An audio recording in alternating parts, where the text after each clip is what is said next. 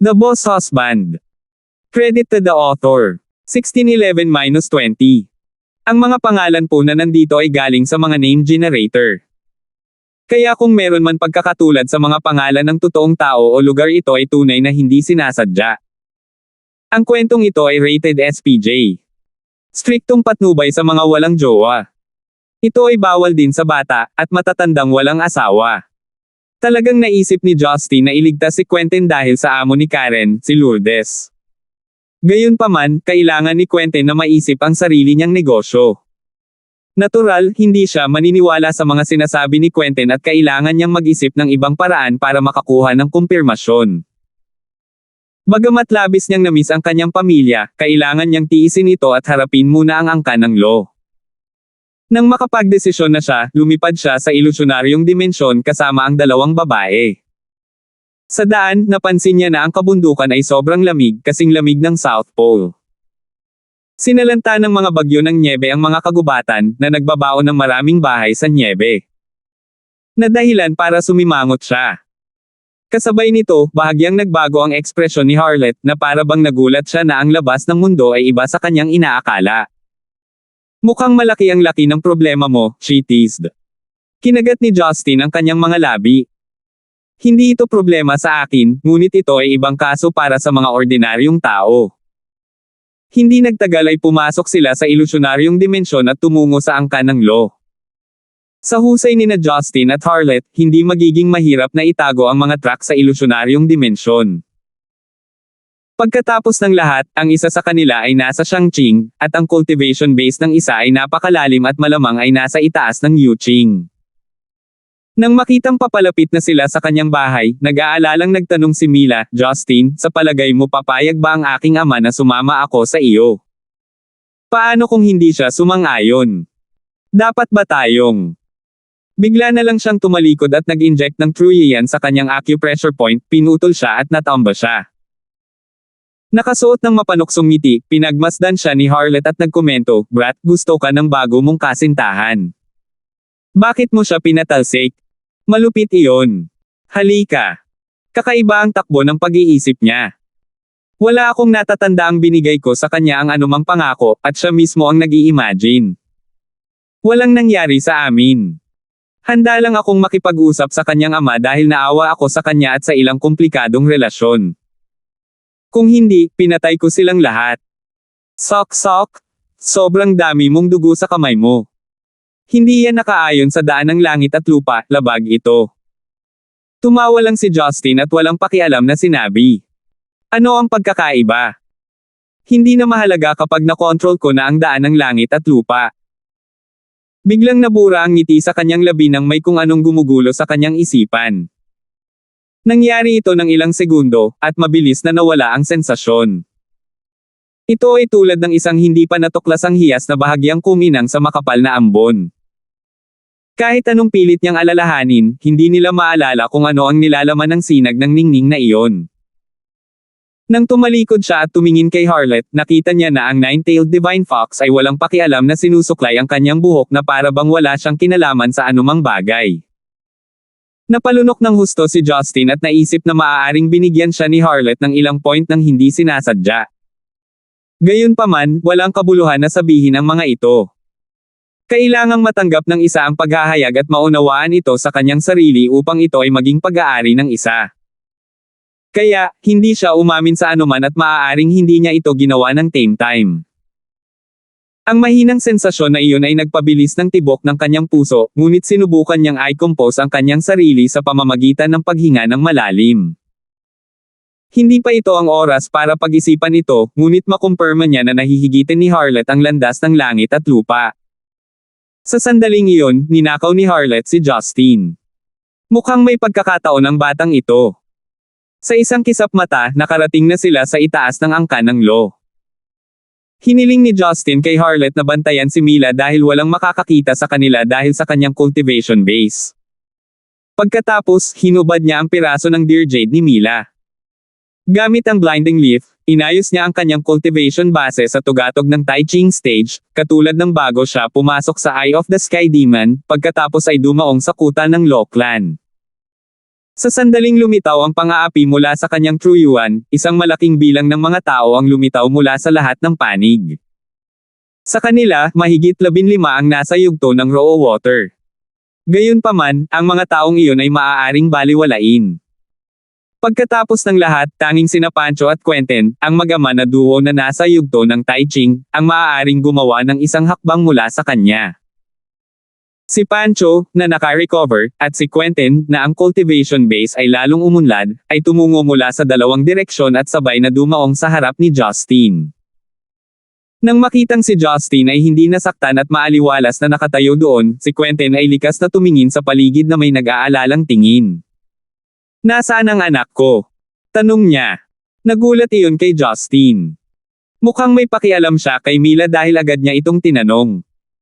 "Akala ko gusto mong malaman kung saan ako nagpunta at kung nandito ako para patayin ka," sabi ni Justin habang nakangiti. "Nasa pagitan mo at ako." "Nasaan?" "Ang anak ko." Mas bumigat ang tono ni Quentin habang tinanong niya si Justin. Sa tingin ng pagbibitiw at pagkakasala, kinuha ng huli ang piraso ng Dear Jade at inihagi sa kanya. Agad itong tinanggap ni Quentin at tiningnan ito. "Ito ang jade na ibinigay ko kay Mila. Bakit kasama mo yan?" Napabuntong hininga si Justin. "Walang oras, nasipsip tayo sa mata ng langit na demonyo. Dapat mong malaman na ang mata ng langit na demonyo ay naglalaman ng malaking bilang ng mga demonyong espiritu. Wala silang banta sa akin, ngunit masyadong mababa ang cultivation base ng iyong anak, kaya nang matagpuan ko siya, nawalan siya ng labis na sigla at nasa bingit ng kamatayan." Namutla si Quentin, namumula ang kanyang mga mata. Sa pagtingin sa piraso ng jade, ibinaling niya ang kanyang ulo na parang hindi makapaniwala kay Justin. "Kalokohan! Sa iyong cultivation base, paanong posibleng mabaigo ka sa pagliligtas sa apo ko?" Dumagundong si Pancho, tila nagdadalamati para kay Mila. "Wala akong magagawa kung hindi ka maniniwala sa akin. Hindi ko kailanman kailangan ng kahit anong medicinal pill at naibigay ko ang lahat ng ito sa ibang tao. Ang pinakamagagawa ko ay pahabain ang kanyang buhay ng ilang sandali, ngunit nawalan siya ng labis na sigla para maibalik ko siya mula sa mga patay," sagot ni Justin. "Shut up! Siguradong pinatay mo ang anak ko, hindi ba?" Umungol si Quentin, ang kanyang mga mata ay kumikinang sa luha at ang kanyang mukha ay mapang-asar. Hindi siya mukhang isang piling tao noong panahong iyon, sa halip ay isang ama na nagdadalamati para sa kanyang anak. Samantala, lingid sa kanilang kaalaman, sa loob ng isang malakas na hadlang na hindi ma-detect ng sinuman, ginising ni Harlot si Mila. Hindi yun ang utos ni Justin. Napagpasyahan niyang gawin ito ng mag-isa dahil pakiramdam niya ay mas kawili-wiling hayaan ang dalaga na masaksihan ang nangyayari. Sa una, hindi naiintindihan ni Mila ang layunin ng pagkilos ni Justin, ngunit nang makita niya kung gaano kalungkot ang hitsura ng kanyang ama dahil sa kanyang pagkamatay, siya rin ay nagpout at nagsimulang tumulo ang mga luha. Bagamat gusto niyang tumalon pababa at sabihin sa kanyang ama na siya ay buhay, mahigpit ang pagkakahawak ni Harlot sa kanya. Sa ibaba nila, ipinakita ni Justin ang kanyang perpektong kakayahan sa pag-arte, ang kanyang mukha ay may bahid ng pait. "Hindi mahalaga kung maniwala ka o hindi. Ibinigay sa akin ni MS Law ang jade na ito bago siya pumanaw. Ang sabi niya ay tinawag mo siyang ilay, na tinatrato mo siya ng mas mahusay kaysa sa kanyang kapatid, na marami kang nahihirapan, at hindi ka masamang tao. Gusto niyang itigil ko na ang pagiging kaaway mo at nais niyang palayain mo ang ilang mga bagay. At least, hindi niya ako gustong maging kalaban dahil ayaw niya." Bago pa man niya matapos ang kanyang gawa-gawang kwento, mahigpit na hinawakan ni Quentin ang jade habang nakatikom ang kanyang mga ngipin, na halatang nawawala ng kontrol sa kanyang emosyon. Hindi niya hinayaang tumulo ang kanyang mga luha dahil sa sobrang dami ng tao sa paligid niya. Gayunpaman, ang kanyang mga reaksyon at mga emosyon na kanyang ipinakita ay pumukaw ng pakikiramay at awa ng maraming tao. Saglit na naghintay si Justin bago sinabing, "Dapat mong malaman na hindi ako natatakot sa iyo kung balak mo akong ipaglaban hanggang kamatayan. Sa totoo lang, kung kami ni Jincel ay hindi may utang na loob kay MS Law, hindi ko sana sineseryoso ang kanyang mga salita. Gayunpaman, sa ngayon, handa akong tuparin ang kanyang namamatay na hiling, basta't ikaw at ang iyong angkan ay hindi na magkakaroon ng interes na hindi mo na ako sasagutin. Ilusyonaryong dimensyon para makipaglaro sa iyo, at hindi rin ako interesado sa larong may kapangyarihan sa ibang bansa. Baka sa mukha ng lahat ang tuwa nang marinig nila ang kanyang mga sinabi. Hindi sila walang takot gaya ni Quentin at nais na mabuhay hanggat maaari. Kung tutuusin, hindi madaling makamit ang kanilang paglilinang, kaya't hindi sila pumayag na ipadala ang kanilang sarili sa kamatayan sa pamamagitan ng pakikipaglaban sa isang walang katulad na tao. 1612. Sa isang iglap, ang mga mata ng lahat ay natuon kay Quentin. Kahit si Pancho ay hinayaan siyang gumawa ng desisyon at hinintay ang kanyang sagot. Kung ipipilit niyang labanan si Justin, wala silang magagawa. Gustuhin man nilang lumihis sa huli ay hindi niya ito tatanggapin. Si Quentin ay mukhang miserable sa oras na iyon. Namumulang mga mata, binulong niya ang palayaw ng kanyang anak habang hawak ang jade sa kanyang palad. Malinaw na naaalala niya ang nakaraan. Maya-maya pa ay inangat niya ang ulo niya at nagpakawala ng malalim na hininga. Bahagyang nawala ang kalungkutan sa kanyang mga mata nang bigla niyang sinabi, ang iyong paglilinang ay bumuti. Bakit mo itinatago ang iyong mga kakayahan kung kaya mo namang ibagsak ang buong mundo? Hindi lang si Justin ang nabigla sa kanyang sinabi. Lahat ng iba, kabilang si Pancho, ay nagulat. Nakakunot ang noo, nagtaka si Justin kung paano nakita ni Quentin ang kanyang disguise noong ginamit niya ang blinding leaf. Pilit na tumawa si Quentin. Ikaw ang pinakadakilang kalaban ko, kaya kilalang kilala kita. Kahit na ang iyong cultivation base ay tila hindi nagbago, ang iyong aura ay tumaas, at gayon din ang kumpiyansa sa iyong mga mata. Ako lang siguro ang nakakakita ng ganoong kaunting pagbabago. Natigilan si Justin. Sinabi mo bangay. Ibig sabihin. Paano ko hindi tatanggapin ang naghihingalo na hiling ni Mila? At saka, ayokong may massacre sa aking angkan tulad ng pinagdaanan ng Nigel clan. Napabuntong hininga si Quentin. Tila mas matanda siya ng isang dekada. Siya ay naging abala sa pagkuha sa mga puwersa ng Pritz at Nigel clans, pagkuha ng suporta ng Taishan elders, at pag-alis sa natitirang mga karibal, ngunit hindi niya naramdaman ang partikular na tagumpay. Ang kanyang anak na babae lamang ang kanyang kadugo maliban sa kanyang ama at lolo. Nais niyang ibahagi ang kanyang mga nagawa sa kanya, ngunit wala siya kahit saan. Ito ay isang pakiramdam ng pagkawasak na kakaiba sa dati. Sa nakaraan, mayroon siyang isang tao upang ayusin ang mga damdaming iyon, kaya ito ay mainit. Nang mga oras na iyon, nakaramdam siya ng kalungkutan dahil hindi niya makita ang hinaharap at ang lahat ay hindi katumbas ng halaga. Sa nangyari, maraming bagay ang hindi kasing halaga ng inaakala niya, at kaya niyang bitawan ang mga iyon. Unti-unti, hindi na ninanais ni Quentin na makamit ang isang bagong kaharian at umaasa na lamang na sorpresahin siya ng langit at ibalik ang kanyang anak sa kanyang tabi. Kung maaari siyang magkaroon ng isa pang pagkakataon, hindi niya ito pakikitunguhan ng malupit, papunahin ang kanyang pagiging inosente, o bibigyan siya ng malamig na balikat. Gayunpaman, huli na ang lahat. Ang dying wish ni Mila ay nagbigay sa kanya ng pagkakataong umatras sa isang salungatan, ngunit ito rin ay lubos na gumising sa kanya. Nakahinga ng maluwag si Justin, natutuwa na hindi niya kailangang patayin ang dating kasintahan ni Lourdes. Kung tungkol sa kanyang sama ng loob sa angkan ng Lo, hindi na ito mahalaga sa kanya. Sa pag-unlad ng kanyang kaharian, marami siyang kayang bitawan dahil lahat ay nasa ilalim ng kanyang kontrol. Nakangiting itinaas niya ang kanyang ulo at sinabing, sige, ibaba mo siya. Tulad ng lahat ay nalilito sa kanyang mga salita, ang tanawin sa harap nila ay naging malabo, at isang babae na may napakagandang kagandahan ay lumitaw sa gitna. Hawak kamay niya ang humihikbi na si Mila. Namangha sina Pancho at Quentin na hindi nila namalayan na may nagbabantay sa kanila sa ere, hindi banggitin na may kasama siyang ibang tao. Ang cultivation base ng babae ay higit na mataas kaysa sa kanila. Tatay. Sinugod ni Mila ang kanyang ama na mukhang wasak pa rin. Anong nangyayari? Lumitaw sa mukha niya ang pagkasilaw na ekspresyon. Mila. Ikaw. Paano mo? Ang dalaga ay higit na nasa sabik kaysa sa kanya, hinahaplos siya sa mukha ng maraming beses sa harap ng lahat. Pati ang luha at laway nito ay naiwan sa kanya. Sa oras na bumalik si Quentin sa kanyang katinoan, pinahiya siya ng kanyang anak na babae sa harap ng lahat. Na may iskarlate na mukha, sumigaw siya, "Anong ginagawa mo? Stop kissing." Lalo siyang nahiya nang marinig niyang pinagtawanan sila ng iba. Napangiti si Justin, natuwa sa sitwasyong nasa harapan niya. Tila si Mila talaga ang bane ng pag-iral ni Quentin. Maraming tao ang nakahuli at lahat ay nakatingin sa kanya ng may pasasalamat. Sa kabilang banda, naramdaman ni Quentin na niloko siya ni Justin. Gayunpaman, si Mila ay patuloy na nakahawak sa kanyang leeg, kaya't siya ay nakatitig lamang sa kanya, kahit na hindi ito mukhang nagbabanta. Humajejek si Harlot at kumurap kay Justin. "Bray, you did a good job this time.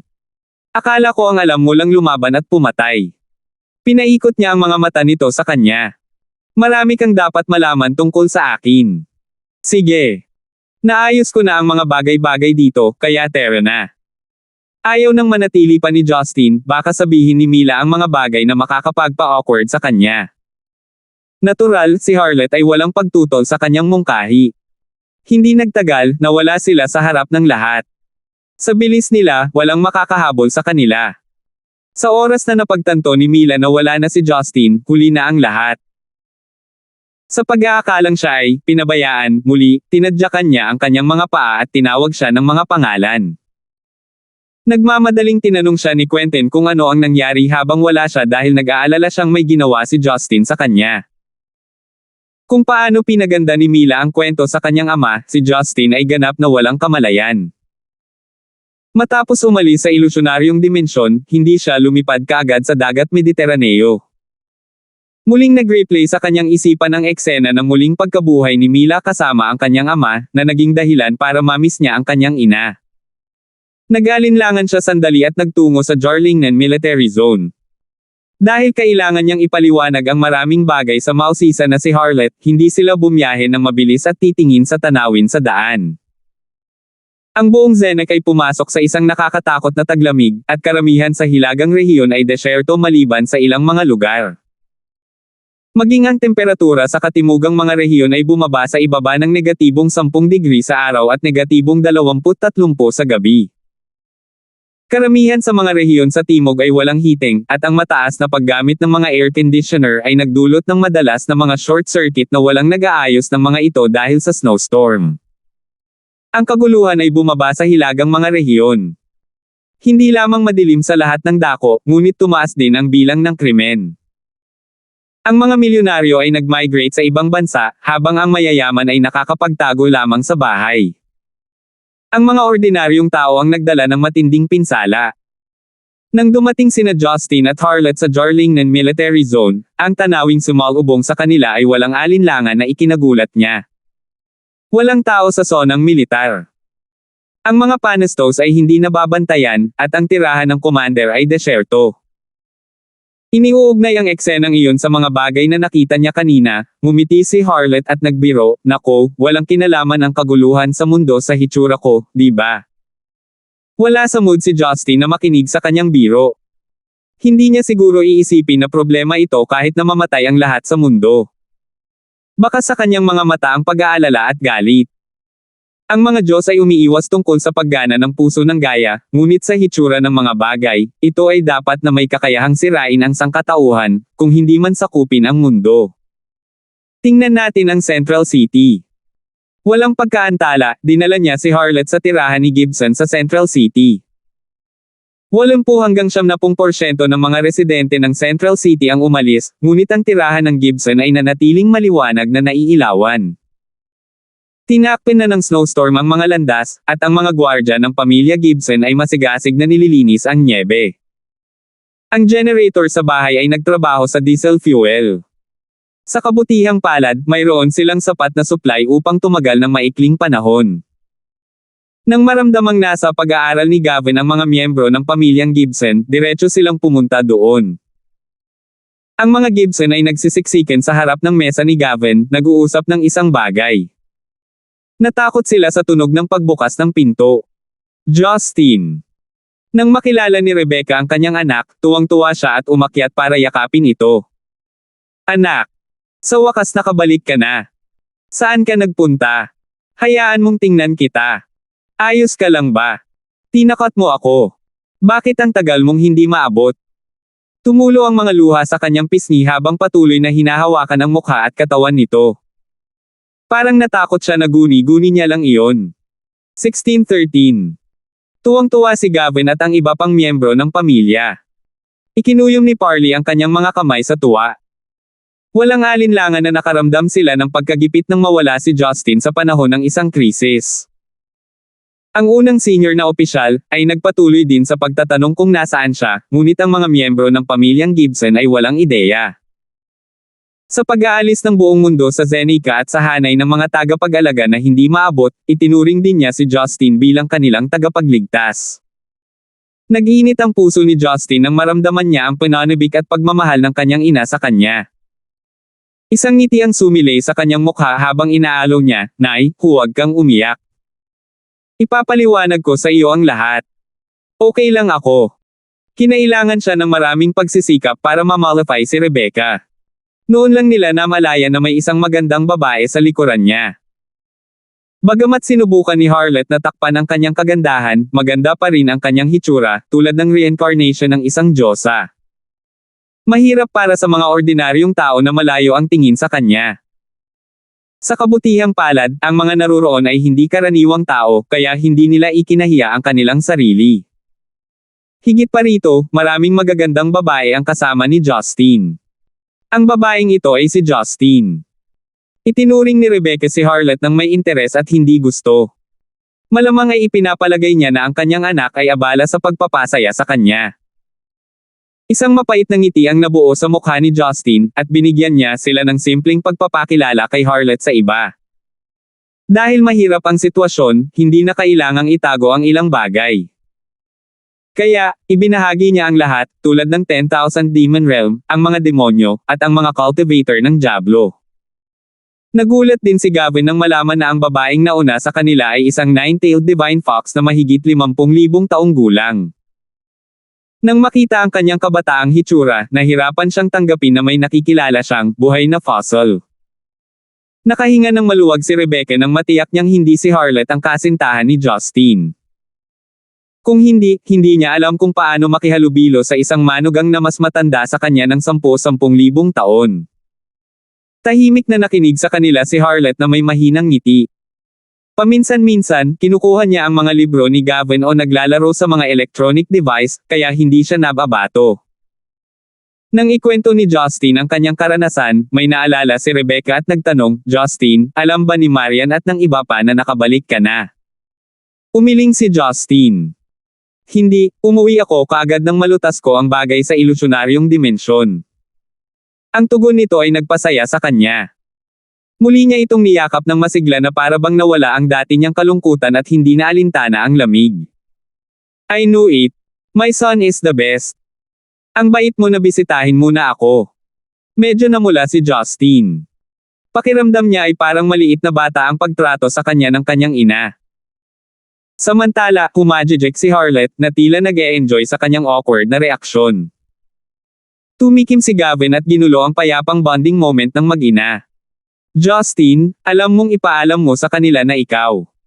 May nangyari sa isla noong wala ka." Kumunat ang noo ni Justin. "Paano ito posible? Mayroon akong 3 eksperto ng Demon Sect upang bantayan ang lugar. Walang sino man ang dapat na manakit sa mga taga-isla. Hindi sila nasaktan. Si Prinsesa Jane ay ipinatawag ng alyansa ng hukbo ng Europa at Amerika." Ikinwento ni Rebecca sa kanya ang naunang pangyayari.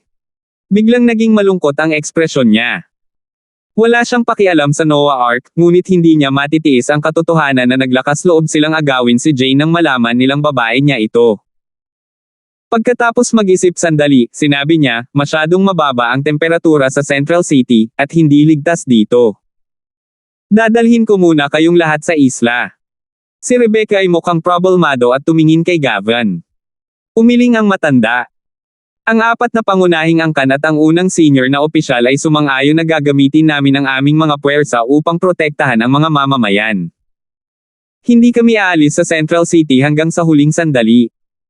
Kung kami ay nasa dulo na, kami ay makikipag-ugnayan sa iyo o sa iba pang mga taga-isla. Kaya, maging panatag at gawin ang dapat mong gawin. Kumunat ang noo ni Justin dahil hindi niya inaasahan na magiging matigas ang ulo niya.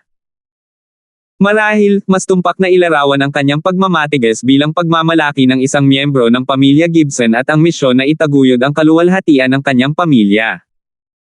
Dahil alam niyang walang magiging problema sa maikling panahon at alam na ng kanyang lolo ang gagawin, hindi niya ito pinilit na sumunod. Dahil nakilala niya ang kanyang pamilya, sabik na si Justin na makilala ang kanyang mga asawa at anak. Gayunpaman, nang lumingon siya, tinawag siya ni Gavin. Lumapit sa kanya ang huli at tinapik ang balikat nito. Anak, hindi lang ito tungkol sa kinabukasan ng bansa, kundi sa kaligtasan ng sangkatauhan. Kung gaano kalaki ang iyong kapangyarihan, mas malaki ang iyong responsibilidad. Dahil dito, walang makakapilit sa iyo na balikatin ang responsibilidad. Kung nahanap mo ang iyong sarili sa isang sanggang daan, huwag magpaapekto sa ibang tao. Sundin mo ang iyong puso kapag nagdesisyon ka. Huwag kang magsisi, bulong niya sa kanyang tainga. Natahimik sandali si Justin habang pinag-iisipan ang kanyang mga salita. Sa huli, tumango siya. Nang makitang aalis na ang kanyang anak, sumunod si Harlot, at tumungo sila sa Mediterranean Sea. Sa mga nakalimutang kaharian, ang temperatura sa pangunahing isla at mga kapuluan ay bumaba sa ibaba ng 0 degrees. Ang nyebe ay lumutang sa ibabaw ng dagat, ngunit ang mga isla lamang ang nakikita nito. Ang isang malaking bilang ng mga tropikal na halaman ay namatay, na naging dahilan upang magmukhang baog ang mga nakalimutang lupain. Ang mga taga-isla ay nagtago sa kanilang mga bahay at sinindihan ang pagan upang makanlong ang kanilang mga sarili mula sa matinding lamig. Sa kabutihang palad, ang isla ay may mga pang-emerhensyang supply na magagamit sa lahat ng oras, kaya hindi nila kailangang mag-alala tungkol sa pagkain at iba pang mga pangangailangan. Si Yuna, Lucy, ang mag-asawang Brown, si Hilda, at ang iba pang mga kamag-anak ng kababaihan ay lumipat sa sinaunang kastilyo na matatagpuan sa tabi ng bangin. Mayroon itong electric generator upang magbigay ng matatag na supply ng init, at maraming bilang ng mga guest room ang nagpapahintulot sa kanila na mamuhay ng comfortable. Nang mga sandaling iyon, nakaupo sa mahabang hapagkainan ang ilan sa mga babae at kanilang mga kamag-anak. Bagamat ang mga ulam ay hindi marangya gaya ng dati, ang mga ito ay napakasarap pa rin. Sa kasamaang palad, wala ni isa sa kanila ang may ganang kumain, maliban kay Leia, na masayang sumusubo sa pagkain. Nakaupo sa tabi niya, paminsan-minsan ay pinupunasan ni Marian ang kanyang mamantika na bibig ng isang napkin o pinapakain siya ng ilang gulay sa kabila ng kanyang pagtanggi. Ginawa nitong tila kalmado at payapa ang kapaligiran. Nilalaro ni Karina ang spaghetti sa kanyang plato gamit ang tinidor at naiinggit na sinabi, Marian, ang mundo ay magwawakas na, at ang kinaroroonan ni Hobby ay hindi pa rin alam. Paano ka mananatiling kalmado? Kahit si Sister Teresa ay hindi nakatiis at nagmuni-muni sa basement, ngunit maaari mo pa ring pakainin si Leia. Tumangala si Marian at itinaas ang gilid ng kanyang mga labi sa isang ngiti bago ipinagpatuloy ang pagpapakain sa kanyang anak. Pilit na ngumiti si Yuna. Si Miss ay maaaring mukhang composed, ngunit siya ay sabik tulad ng iba. Ito ay kung ano ang kanyang pagkatao. Ang kanyang sinabi ay nagdulot ng tawa ng iba. Sa pagkakaroon ng oras kasama si Marian, naunawaan nila na hindi niya sinasadyang umiwas. Ganun lang talaga ang ugali niya. Sa sinabi nito, labis silang kinakabahan kung hindi dahil sa kanyang pahinga. Pagkatapos ng lahat, tinitingnan siya ng lahat sa isla bilang pinuno sa panahon na wala si Justin. Mommy, nasaan si Sister Esther? Biglang tanong ni Leia. Si Sister Esther ay si Esther. Ang batang babae ay hindi natatakot sa mga estranghero. Matapos siyang dalhin ng 3 babae sa isang paglalakbay sa Europa, sinimulan niyang tawagan si Esther na Sister Esther, kahit na ang huli ay higit sa 2,000 taong gulang. Dapat nasa isla siya. Bakit? Tanong ni Marian. Nagpout si Leia. Nangako si Sister Esther na dadalhin ako sa bahay niya para maglaro. Ilang araw na ang nakalipas, pero hindi pa niya ako dinadala doon. Kailangan niyang manatili sa isla para protektahan ang iba, kaya hindi ka pa niya madala sa kanyang bahay para maglaro. Kailangan mong hintayin ang pagbabalik ng iyong daddy, sabi ni Marian habang hinahaplos ang ulo ng kanyang anak. Napakurap si Leia. Kailan ang balik ni daddy? Ang tatay mo. Tila nag-iisip si Marian, at biglang ngumiti. Malapit na siyang bumalik. Sa sandaling iyon, dalawang figure ang lumitaw sa labas ng kastilyo at naglakad-lakad papasok sa pangunahing pasukan. Ang mga babae sa kastilyo ay may naramdaman, at sila ay nagliwanag sa tuwa. Kasabay nito, tatlong figure ang dumaan mula sa isang direksyon. Sila ay si Esther at ang dalawa pang demonyo. 1614. Ang hitsura ni Justin ay naging sanhi ng damdamin ng lahat. Matapos maalis ang kanilang unang pagkabigla, sila ay labis na natuwa. Hindi napigilan ng mga babae ang kanilang mga luha dahil ang kanilang pag-aalala at pagkabalisa sa mga nakaraang linggo ay bumabalot sa kanila. Nang makita ang malabo nilang mga mata at naaagrabyado na mga ekspresyon, nakonsensya siya at napipilitin lang siyang ngumiti. Sa kabila ng kanyang kakaibang cultivation base, namuo ang malamig na pawis sa kanyang mga palad dahil sa nakakulong na pangungulila sa kanyang pamilya. Bumalik na ako. Pasensya na naaksidente ako at naging dahilan para mag-alala kayong lahat sa akin, mahinahong sabi niya sa abot ng kanyang makakaya. Halos mawalan kami ng malay dahil sayo. Si Hilde nagsalita, na sinaway kaagad ang kanyang manugang. Isang nakakalokong ngiti lang ang naibigay ni Justin sa kanya. Kasabay nito, nahihiya siyang harapin ang kanyang mga babae dahil naiisip niya kung gaano sila kawalang kakaye kapag wala ang lalaki ng pamilya sa gayong walang magawang kalagayan. Matapos makipagpalitan ng tingin kay Marian, napagtanto niyang siya ang pinakakalma. Parang alam niyang malapit na itong bumalik. Nagdulot iyon sa kanya ng kaunting pagkabalisa, na nagpawi ng kagalakan sa muling pagsasama-sama ng kanyang pamilya. Nang makitang nakabalik na ang kanyang ama, ibinaba ni Leia ang kanyang tinidor at sumugod sa kanya. Habang yakap-yakap ang hita niya, hinihimas niya ang cherubic cheeks niya. Daddy, saan ka tumakbo para maglaro? May dala ka bang regalo para sa akin? Bumangon ang init sa puso ni Justin, at yumuko siya para buhatin siya. Humigpit ang pagkakahawak nito sa kanya, itinanam niya ang ilang mga halik sa kanyang pisngi. Simula nang maging ama, malaki ang ipinagbago ng kanyang mental state. Sa tagal niya sa Eye of the Sky Demon, araw-araw niyang iniisip ang kanyang anak. Ang kaugnayan ng relasyon sa dugo ay hindi maipaliwanag sa mga salita. Humihingi ka na naman ng regalo. Itatanong ko sa nanay mo kung naging mabuting bata ka. Kung hindi, hindi ka makakatanggap ng mga regalo. Agad na tumingin si Leia kay Marian ng may kaawa-awa, nakikiusap sa kanya na huwag ipaalam ang kanyang kamakailang mga paglalakbay sa labas ng isla dahil sa takot na magalit ang kanyang ama. Ang kanyang reaksyon ay nilibang ang mga matatanda, na tumawa bilang tugon. Tila gamaan ang kapaligiran salamat kay Leia. Lahat sila ay may mood na alalahanin ang kanilang sarili at lumapit kay Justin kung ano ang nangyari. Siyempre, natuklasan din nila si Harlette. Nang makita nila ang napakagandang babae na nakasuot ng tradisyonal na damit, nahirapan silang manatiling kalmado.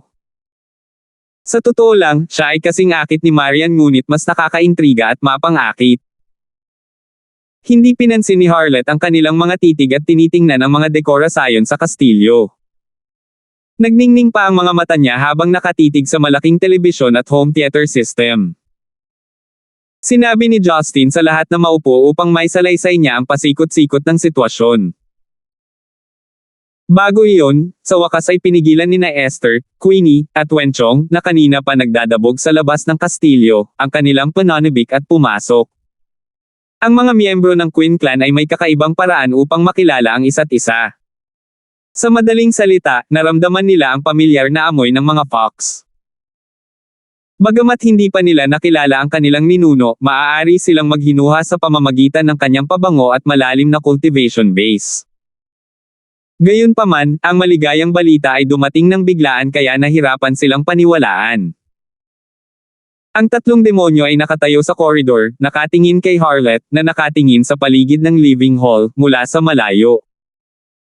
Hindi sila naglakas loob na lumapit, hawak-hawak ng mahigpit ang laylayan ng kanilang damit, nanginginig ang kanilang mga katawan, at namumula ang kanilang mga mata. Sa pagkakataong iyon, hindi na napigilan ni Justin ang kanyang sarili na makipag-usap sa kanyang pamilya at sumigaw kay Harlot. Hey, Harlot, hindi mo ba gustong makilala ang mga miyembro ng iyong clan? Sila ang pinuno ng clan at mga elder ng Queen Clan. Nang marinig nilang tinawag niya si Harlot, nawala ng lakas ang tatlong babae sa kanilang mga binti at nagpatira pa sa lupa. Ninuno. Ang biglaang pagbabago ay natakot sa iba. Ang babaeng ito na may ethereal beauty ay ninuno ni Esther. Natural, tinitigan nila si Justin, na tumango at ipinaliwanag ang nangyari sa 10,000 Demon Realm. Noon lamang bumalik si Harlot sa kanyang katinoan at tumingin sa mga nakaluhod na babae nang may paghingi ng tawad. Baka bumangon ka.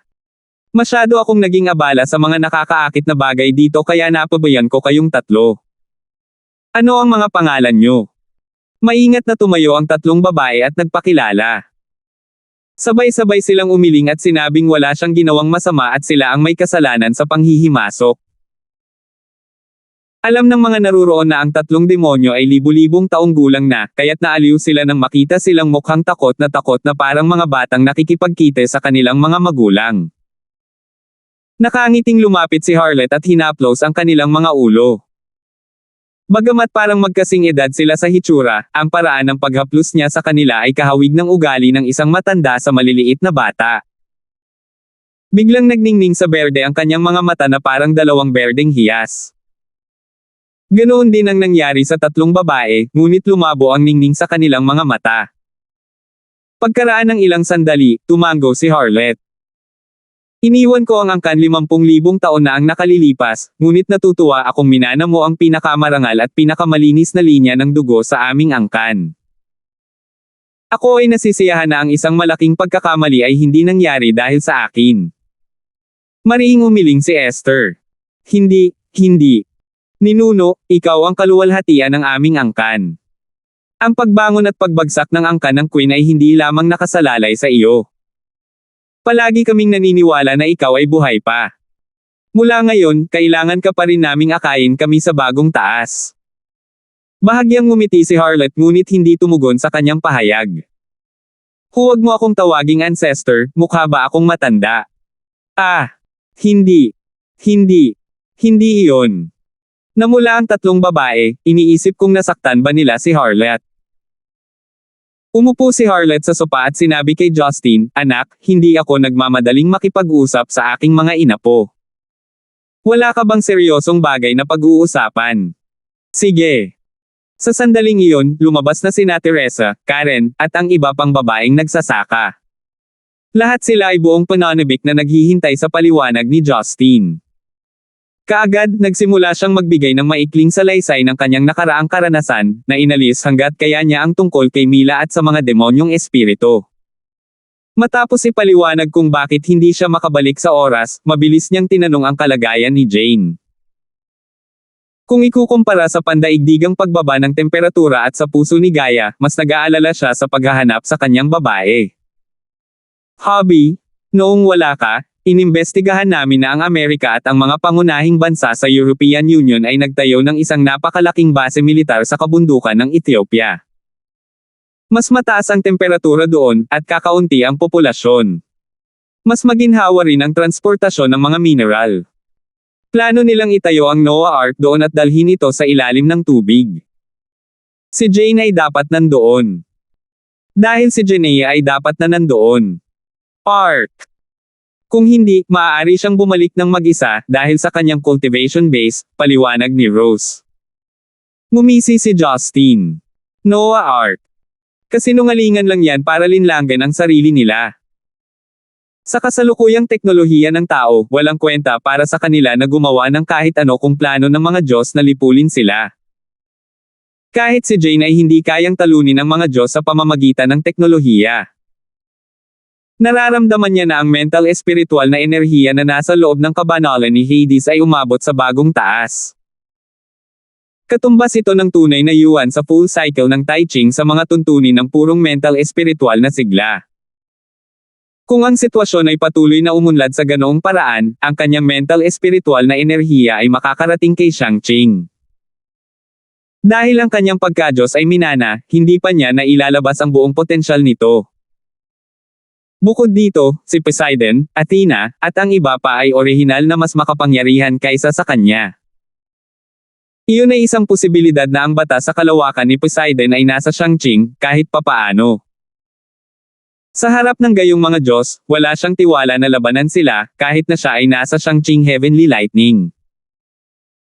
Naniwala si Justin sa sinabi ng mga Diyos na 20 hanggang 30% na lamang ng kanilang mga kakayahan ang natitira. Noong unang dumating ang mga Diyos sa Earth 20,000 taon na ang nakalilipas, ang kanilang mga kapangyarihan ay tinataka ng puso ni Gaia. Kung ang puso ni Gaia ay hindi natatakan, ang mga Diyos ay nanag sa mundo 20,000 taon na ang nakalilipas. 1615. Nang marinig ng lahat ang mga pagbigkas ni Justin, naging mataimtim sila. Bagamat alam nila na ang bagay na ito ay haantong sa huling digmaan sa pagitan ng mga tao at ng mga Diyos, hindi nila inaasahan na siya ay magkukulang ng kumpiyansa na pigilan itong mangyari. Kung gayon, ano ang dapat nating gawin? Panoorin ba natin ang patuloy na pagbaba ng temperatura? Nag-aalalang tanong ni Thalia. Nag-isip sandali si Justin. Isantabi muna natin yan. Kailangan kong ibalik si Jane. Sa halip na mag-aksaya ng oras sa paggawa ng Noah Ark, mas mahalaga na manatili siya rito para masigurado ang kanyang kaligtasan. Walang pagtutol ang mga babae. Hindi sila nang ahas na gumawa ng desisyon ng mag-isa kapag wala si Justin, ngunit ngayong nakabalik na siya, susundin nila ang lahat ng sinabi niya. Samantala, hindi binalak ni Harlot na gumala kasama si Justin. Tinawag niya ang 3 demonyo at nagtungo sa kaharian ng Honghuang upang bisitahin ang angkan. Hindi nag-alala si Justin kung ano ang masisiguro pagkatapos niyang bumalik sa clan. Gaano man kagalit ang mga demonyong magsasaka sa kanya at inaakala niyang ayaw niyang iligtas ang kanilang mga kasamahan, hindi sila nang ahas na gumawa ng anuman sa kanya. Pagkatapos ng lahat, lumabas si Harlot sa 10,000 Demon Realm sa pamamagitan ng sarili niyang kakayahan. Wala itong masyadong kinalaman sa kanya. Matapos malaman ang lokasyon ng base militar, mag-isa siyang nagtungo doon. Ang kabundukan ng Ethiopia ay higit sa 4,000 metro sa ibabaw ng antas ng dagat, ang pinagmulan ng 4 na ilog na kinabibilangan ng Atbara River. Itinayo ng North Atlantic Treaty Organization at hukbo ng Russia ang base militar doon sa 2 dahilan. Maliban sa mayamang pinagmumulan ng tubig, maaari nilang hukayin ang kabundukan at itayo ang Noah Ark sa loob ng bundok para sa proteksyon at kaginhawaan upang makapasok sa dagat. Nang makarating siya sa ibabaw ng dagat malapit sa kabundukan, nakita niya ang maraming army fleets na naghihintay sa ibaba at lahat ng uri ng mga barkong pandigma na nilagyan ng Aegis Combat System. Ang lahat ng mga bansa maliban sa Zenica ay bumuo ng isang alyansa, kaya ang bilang ng mga hukbo ay umabot sa isang nakakatakot na bilang. Sa unang tingin, tila may hindi bababa sa 2,000,000 sundalo na nakatalaga sa labas. Iniskan ni Justin ang pasukan ng base gamit ang kanyang pagka-Diyos bago lumipad pababa. Ang paligid ng isang napakalaking lugar ng bundok ay nakapaloob na may mataas na lakas ng alloy gate na higit sa 100 metro ang taas at 300 metro ang lapad. Nang lumitaw si Justin sa isang nuclear-powered aircraft carrier sa labas ng gate, agad nitong nakuha ang atensyon ng garrison. Tumayo ka dyan. Sino ka? 50 kakaibang ganap na armado na Navy SEAL ang nagtipon mula sa lahat ng direksyon, at 3 Apache din ang mahigpit na sinusubaybayan siya. Hindi nagabalang kausapin sila ni Justin. Pagkatapos humakbang patungo sa metal na tarangkahan, tumalon siya ng 12 metro pataas at inihagis ang kanyang kamao sa gitna. Thud! Sa isang nakakabinging tunog, ang bundok ay yumanig, at ang mga malalaking bato ay bumagsak, na nagpaalerto sa mga kalapit na hukbo. Sa ilalim ng hindi mabilang na takot na mga titig, lumikha si Justin ng napakalaking butas sa loob ng alloy gate na mahigit 10 metro ang kapal. Si Justin ay pumasok sa base sa pamamagitan ng butas, naiwan ang tulalang mga sundalong Amerikano. Ang espasyo na nahukay sa loob ng kabundukan ay napakalaki kaya namangha si Justin. Para itong isang mahiwagang mundo na lumitaw ng wala sa oras na walang katapusan. Ang taas ng buong espasyo ay dapat na higit sa 300 metro ang taas, ang gitnang rehiyon ay naglalaman ng isang lawa na nabuo mula sa umaagos na tubig. Sa itaas mismo ng lawa ay may dalawang kitang-kitang itim at gintong higanteng mga hayop na bakal, ang kanilang sukat ay mas malaki kaysa sa mga sasakyang panghimpapawid. Gaya ng mga nasa sci-fi movies, ang gaganda nila. Kahit na sila ay may hitsura ng isang submarino, sila ay mas mukhang mga cruise ship para sa karamihan ng mga detalye. Sa bawat sulok ng espasyo ay may mga balangkas na gawa sa bakal, at daan-daang mga gusali ang itinayo sa anyo ng mga bakal na kuta. Lahat sila ay may kanya-kanyang function, kadalasang ginagamit para sa pagproseso at pagpapaunlad ng Noah Ark.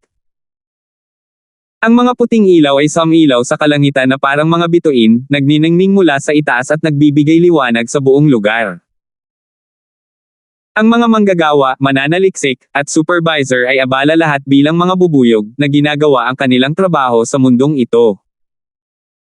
Naguguluhan si Justin kung kailan nagtataglay ang mga tao ng gayong nakakatakot na mga kakayahan sa paghuhukay at pagbuo.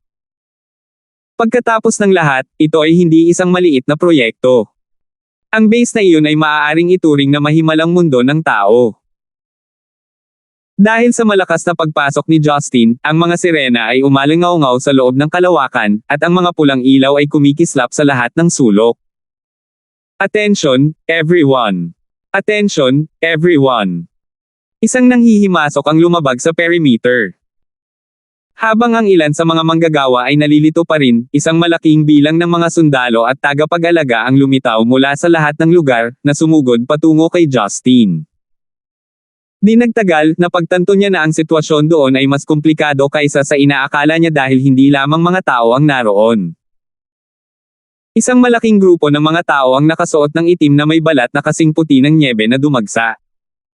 Lahat sila ay matataas na miyembro ng lahi ng dugo. Mahigpit na sumusunod sa kanila ay isang grupo ng mga tao na may mga superpower. Sa katunayan, ang mga mortal na kaaway ng lahi ng dugo, ang mga taong lobo, ay nagpakita ng kanilang mga pangil habang tumatakbo sila patungo kay Justin. Nakapagtataka, kahit ang Vatican, ang kalaban ng Dark Parliament, ay nagpadala ng kanilang mga Crusaders at Knights of the Holy Palace upang kabkuban siya. Isang ngiti ang lumitaw sa mukha ni Justin. Habang nakatitig siya sa karamihan ng tao na lumitaw ng wala saan, naiintindihan niya ang maraming bagay. Ang mga tao ay maaaring magtayo ng napakalaking base sa maikling panahon dahil sa tulong na kanilang natanggap mula sa mga taong lobo, lahi ng dugo, at mga gumagamit ng superpower. Ang mga wizard mula sa Merlin Magic Association ng United Kingdom ay maaaring gumamit ng mga malalakas na spell upang masira ang elemento ng lupa sa loob ng bundok at sa gayon ay mahukay ito ng mabilis. Tulad ng para sa mga taong lobo at lahi ng dugo na may hindi magagapi na lakas, maaari silang magdala ng mga bagay na nabigong buhati ng mga makina ng tao. Sa grupo ng lahi ng dugo na unang dumating bago si Justin, may nakakilala sa kanya at agad na pinahinto ang iba. Ang maganda at sexing babaeng ito ay si Lilith, na minsan niyang nakaengkwentro. Lahat, huminto. Siya ang kamahalan Pluto. Saglit na natigilan si Lilith bago siya naglabas ng utos na patigilan ang iba. Sa sandaling iyon, dumating ang ilan pang mga prinsipe ng lahi ng dugo at ang mga matatanda ng mga taong lobo kasama ang ilang mga general ng tao at mga espesyal na puwersa. Kasama sa ilan sa kanila ang mga kakilala ni Justin, ang ama ni Lilith, si Sarge Russ, direktor ng FBI, Balotelli, at Frodeso mula sa DGSE, na lahat ay nakakilala kay Justin. Gayunpaman, lahat sila ay nag-iingat sa kanya, may suot na solemne na mga ekspresyon. Nang makita ang daan-daang mga espesyal na gwardya na may iba't ibang antas ng kakayahan, hindi mapigilan ni Justin na umiyak. Naisip ko noon na ang simbahan at ang Dark Parliament ay palaging nasa magkasalungat na panig, hindi magkakaroon ng mapayapang araw sa pagitan ng werewolves at camarillas, at ang FBI ay hinding-hindi papayag na lumitaw ang KGB sa parehong lugar. Parang napatunayan ng katotohanan na mali ako ngayon. Lahat kayo ay nagtutulungan, he remarked, smirking.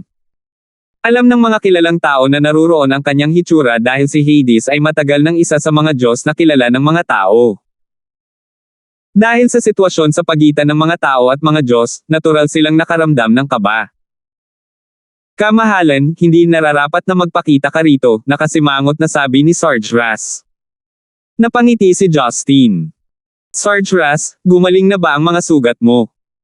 Ang pinsalang idinulot ni Sir F ay hindi na magagaling ng ganoon kadali. Ang mga mula sa simbahan ay malinaw na nakaramdam ng awkward, habang si Sageres ay walang kibo. Hindi pa ako nakaka-recover, ngunit hindi ako makapagpatuloy sa pagtulog. Ang pagkalipol ng mga tao ay maaaring hindi nangangahulugang katumbas ng kaligtasan ng lahi ng dugo. Kamahalan, kahit isa ka sa mga Diyos, tao ka pa rin. Mangyaring huwag mo kaming gawing mahirap. Alam naming mabigat ka, ngunit gagawin namin ang lahat para mabuhay pa. Isang bakas ng kalungkutan ang sumilay sa mga mata ni Lilith, ngunit ang kanyang mga kamay ay nakahawak sa kanyang sandata. Nagkibit balikat si Justin. You guys are overthinking. I'm merely here to bring my woman home. Nasaan si Jane? Bakit hindi ko maramdaman ang presensya niya sa rehiyong ito? 1616.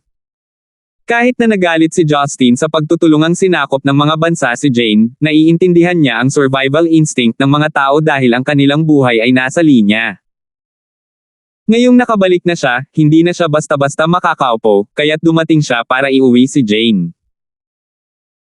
Sa sandaling iyon, nawirduhan siya sa katotohanang hindi niya mahanap si Jane kahit na sa kanyang pagkadyos. Baka may ibang base. Nang marinig ng iba ang tanong niya ay tila nababahala at kinakabahan. Nagdilim ang ekspresyon ni Justin habang lumulubog ang kanyang puso. May nangyari ba kay Jane? Matapos ang mahabang katahimikan, si Lilith ang unang nagsalita. Napabuntong hininga siya at sinabing, "Kamahalan, hindi namin ito maitatago sa iyo." Dinukot si Prinsesa Jane. Naging malamig ang kanyang tingin. Nang ilibat ng kanyang mga mata ang mga naroroon, naging alerto sila at pinagpawisan sila ng malamig. Sa paghusga sa kanilang reaksyon, alam ni Justin na hindi nagsisinungaling si Lilith. Pagkatapos ng lahat, hindi sila nang ahas na linlangan siya. Anong ibig mong sabihin dyan?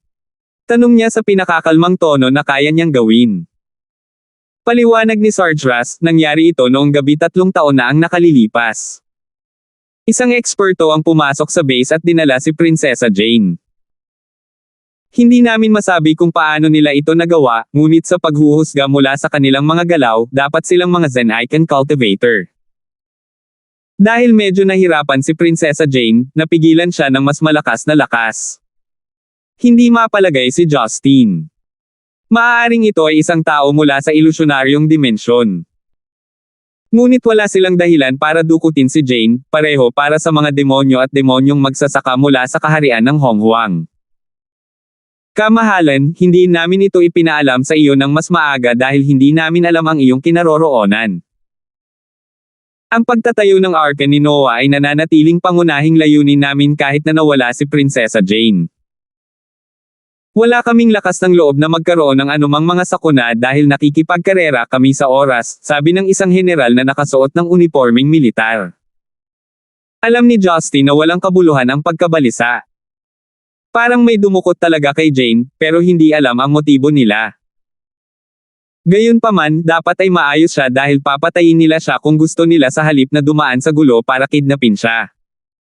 Kaya mo pa bang ipagpatuloy ang pagtatayo nang wala si Jane? Tanong niya habang nakakunot ang noo. Sumagot ang general, na kumpleto na ni Princess Jane ang blueprint para sa Noah Ark.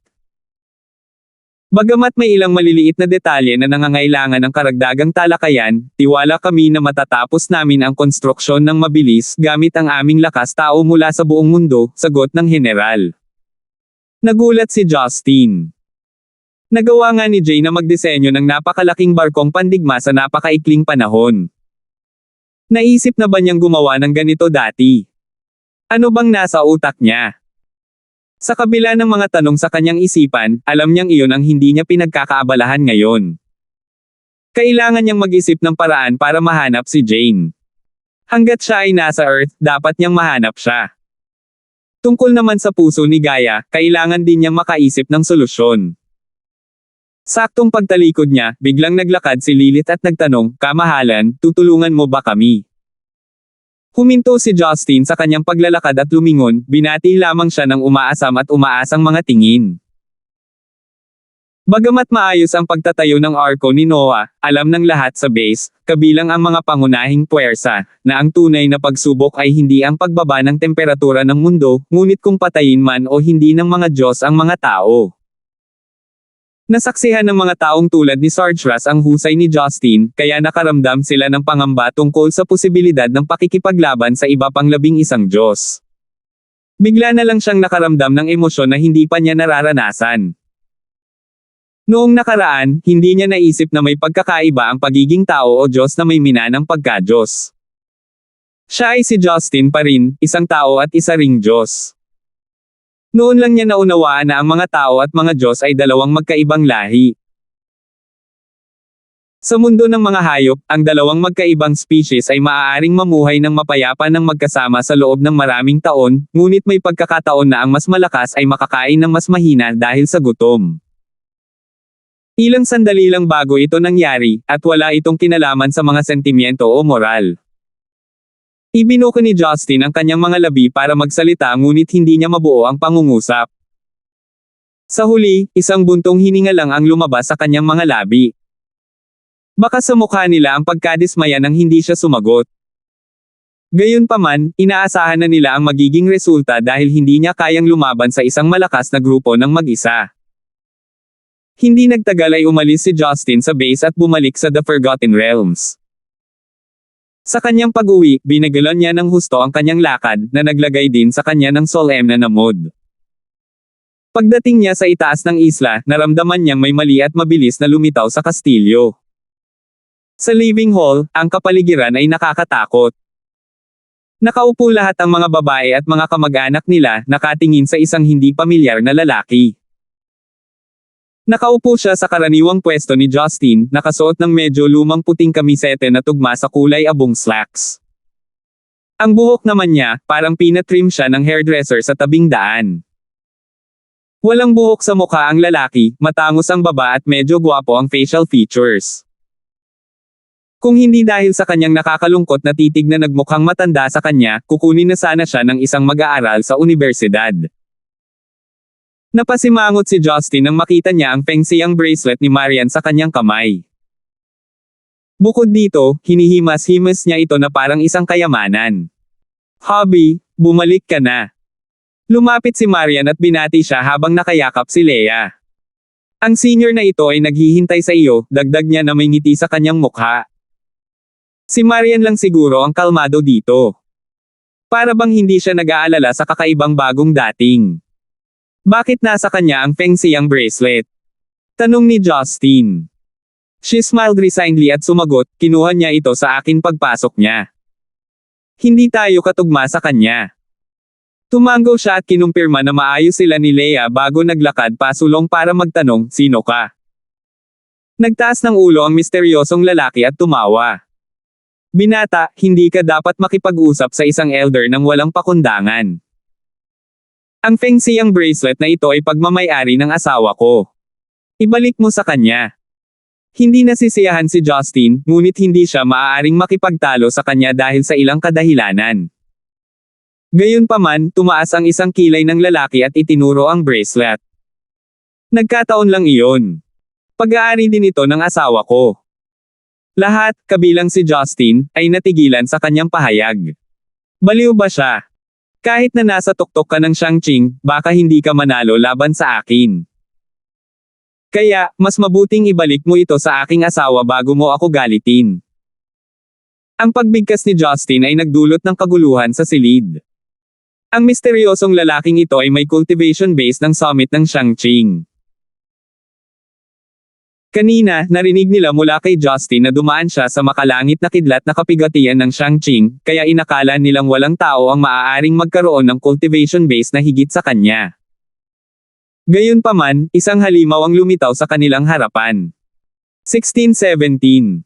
"Oh! Nasa gitna ka pa lang ng Shangqing, pero masasabi mo na ang cultivation base ko." Mukhang hindi ka mababa sa akin sa usapin ng pagsulong ng cultivation realm, ang sabi ng lalaki na nakatitig kay Justin.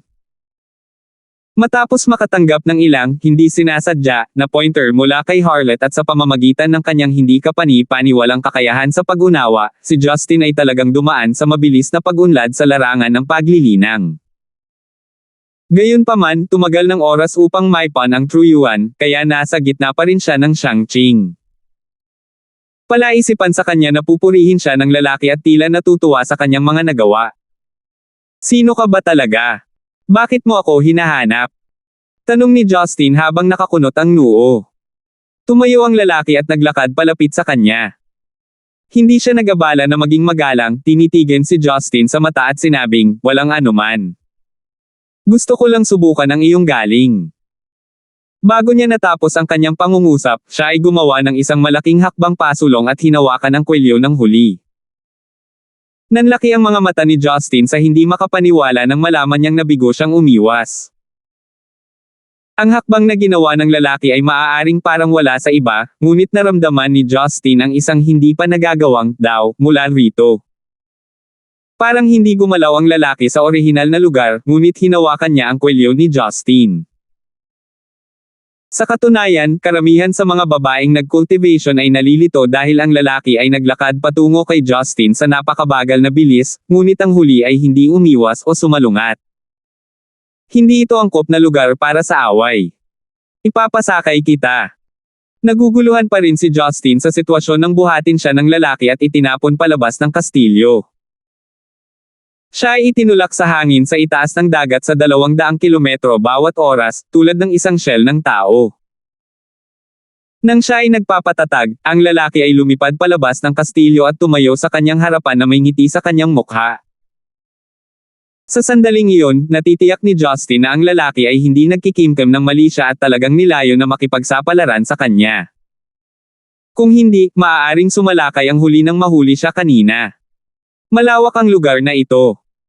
Hindi namin masasaktan ang mga taga-isla kung mag-iingat kami. Binigay ng misteryosong lalaki ang kanyang braso at sinenyasan si Justin na magsimula. Bagamat kumalma na si Justin, naguguluhan pa rin siya sa daw at intensyon ng lalaki. Gayunpaman, hindi siya makatayo ng unang hamampas ang lalaki. Dapat ibaba ko na lang siya at kakausapin ko mamaya. Ang enerhiya ng langit at lupa sa paligid ay nagsimulang umikot sa napakabilis na bilis ayon sa kanyang kontrol. Napakabilis, malalaking grupo ng mga madilim na kulay ang nag-conjured sa kalangitan. Tulad ng mga itim na kabayo, tumakbo sila sa kalangitan. Nakikita ng lahat sa isla ang marilag na tanawin. Ang kaguluhan na umuungal sa kalangitan ay nagpalaki ng mata sa mga babae sa pagtataka. Kahit na alam nila na ang cultivation ni Justin ay makapangyarihan para sa Shang-Ching, hindi nila inaasahan na ito ay mapanira. Parang kaya niyang sirain ang mundo. Gayunpaman, ang misteryosong lalaki, na nakatayong 12 talampakan ang layo mula kay Justin, ay umiling sa awa. Sa tingin mo ba matatakot mo ako sa kaguluhan? Ngumuso si Justin. Huwag masyadong kumpiyansa. Sa sandaling sinabi niya ang mga salitang iyon, nagpatawag siya ng 2 bolts ng purple-blue Taiching heavenly lightning mula sa madilim na ulap sa itaas. Dumagundong. Ang mga kidlat ay magkakaugnay sa isa't isa na parang mga dragon, na nagliliyab ng maliwanag sa ibabaw ng dagat sa kulay asul at lila.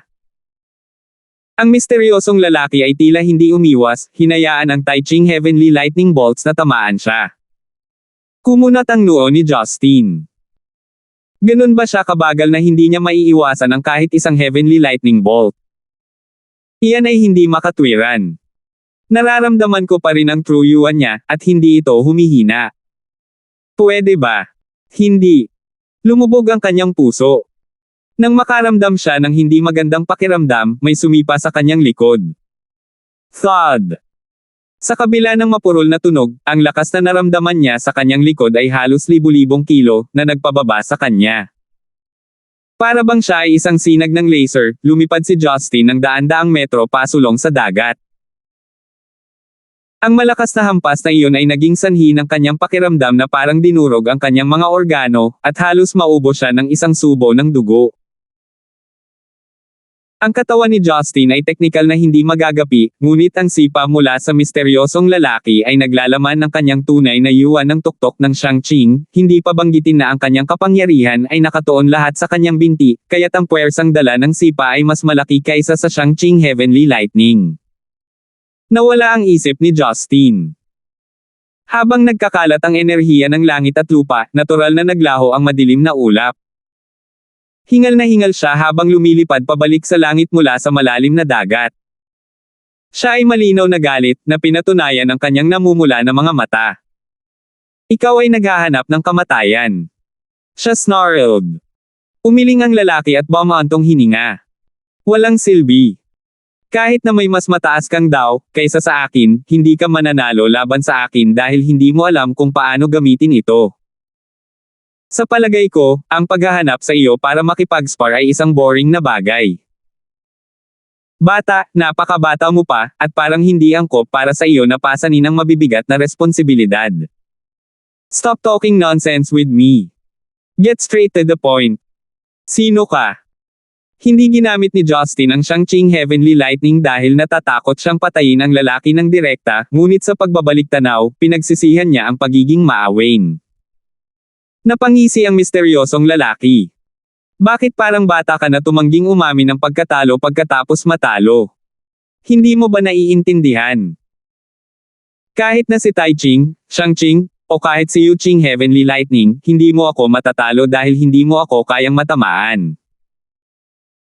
Kapag ang isa ay nakarating sa isang lugar, ang talas ng kutsilyo ay hindi na mahalaga sa iyo, ngunit sa halip, ang iyong kutsilyo ay mas mahalaga. Ang iyong makalangit na kidlat ay maaaring gumana laban sa mga pangkaraniwang magsasaka sa ilusyonaryong dimensyon dahil ang kanilang mga kaharian ay mas mababa sa iyo, ngunit ikaw ay kulang kung ihahambing sa akin. Namutla ang mukha ni Justin habang iniisip niyang may katuturan ang mga salita ng lalaki. Iyon ay dahil sinabi sa kanya ni Harlot ng pribado na ang kanyang mga diskarte ay masyadong magaspang. Sa oras na iyon, hindi niya pinansin ang paalala nito dahil sa tingin niya ay ayos lang basta makapatay siya ng mga tao. Gayunpaman, sa kasalukuyan, napagtanto niya na, sa mga labanan sa isang tiyak na antas, maaaring hindi niya makuha ang mataas na kamay sa pamamagitan ng ganap na lakas. Gayunpaman, tumanggi siyang sumuko ng walang laban. Ang kulay pilak na asul na kuryente ay nagsimulang kumalusko sa paligid niya na parang kalasag ng kidlat. Ito ay ang Shang-Chi Heavenly Lightning. Habang lumalaki ang hanay, dalawang sibat na pilak asul na halos 10-10 metro ang haba ay lumitaw sa kanyang mga kamay. Ang Shang-Chi Heavenly Lightning Bolts ay sumasayaw na parang pilak na ahas, nag-flick sa kanilang mga magkasawang dila na nagbabantang sa isubog ang lahat sa kalangitan. Pinaikit ng misteryosong lalaki ang kanyang mga mata. Oh! Isa kang ayaw umamin ng pagkatalo. Gusto ko ito, ngunit sa kasamaang palad, hindi ka pa rin mananalo laban sa akin. Hindi nagtangkang tumugon si Justin. Siya ay sprinted forward, transforming sa isang kidlat bolt, sa isang pagtatangka upang hampasin ang tao pababa. Hindi niya naisip na buhayin ang lalaki. Ang pilak-asul na Shang-Chi Heavenly Lightning ay parang mga galame, na nagwawali sa bawat sulok sa ilalim ng kanyang kahilingan. Ang dalawang makalangit na kidlat na sibat ay parang kanyang mga bisig, na pinupunit ang mga puwang paminsan-minsan habang itinaas niya ang mga ito. Kahit na ang kapangyarihan ng kidlat ng langit ay hindi kasing lakas ng mga nahulog mula sa langit, maaari niyang kontrolin at manipulahin ang mga ito ayon sa gusto niya. Gayunpaman, kahit paano niya sinalakay ang kakaibang lalaki, palagi siyang nauuna sa kanya ng isang hakbang, mawawala sa naunang lugar at muling lilito sa isang mas ligtas na lokasyon. Si Justin ay malilinlang niya sa bawat pagkakataon. Sa tuwing nami-miss niya, lalo siyang nadidismaya. Pagkaraan ng humigit kumulang 15 minuto, ang bilang ng mga pag-atake ni Justin ay umabot sa 5 digit. Nakikita lamang ng mga babae ang kulay pilak na asul na agos ng kuryente na sumasayaw sa lahat ng dako, ngunit ang lahat ng kanyang mga welga ay makakalampas sa target. Ito ang ikalabing beses na napagtanto ni Justin na ang lahat ng kanyang pag-atake ay dumapo sa isang aparisyon kung siya ay tumigil. Sa sandaling iyon, siya ay nalulula sa kawalan ng kakayahan. Ang misteryosong lalaki ay biglang lumitaw sa likod ni Justin. Nakangiting sinabi niya, naiintindihan mo na ba? Kung gusto kong umalis, ginawa ko na. Kung gusto kitang salakayin sa pamamagitan ng pag-iwas sa iyo, wala kang pagtatanggol. Kung ako ang iyong kaaway, baka hindi kita mapatay, ngunit sinisiguro kung wala kang magagawa sa akin. Lumingon si Justin at nagtanong, iyong daw, nagdudulot ba ito ng hallucination sa mga tao? Natigilan saglit ang lalaki bago ito tumawa at sumagot, mukhang nakabawi ka na sa katinoan mo. Sa kasamaang palad, nagkamali ka ng hula. Ang daw, ko ay katulad ng mga guni-guni, ngunit masyadong mababaw kung hanggang doon lang. 1618. Sinuri ito ni Justin at inalala ang nakaraang laban bago bumulalas, ito ay paglihis. Dahil lahat ng bagay sa mundo at sa universo ay palaging nagbabago, at maging ang batas ng mundo ay pabago-bago. Ang iyong daw, ay nagmamanipula sa paglihis ng mundo para magkamali ang iba. Deviation. Hey, kakaibang ekspresyon iyon. Gayunpaman, dapat mong malaman na hindi ko sinusubukang itago ang katotohanan mula sa iyo. Kaya lang daw, ay hindi mailarawan sa mga salita. Tumango ang lalaki bilang pagsang-ayon. Alam din ni Justin na walang kabuluhan ang pag-isipan ng bagay na iyon.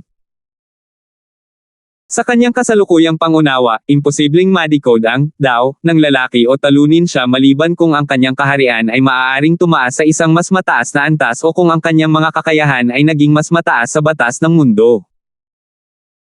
Kasabay nito, hindi niya inakala na siya ay mananalo laban sa lalaki sa pamamagitan ng paggamit ng mga artifact dahil kahit na ang makalangit na kidlat ay nabigong tamaan siya.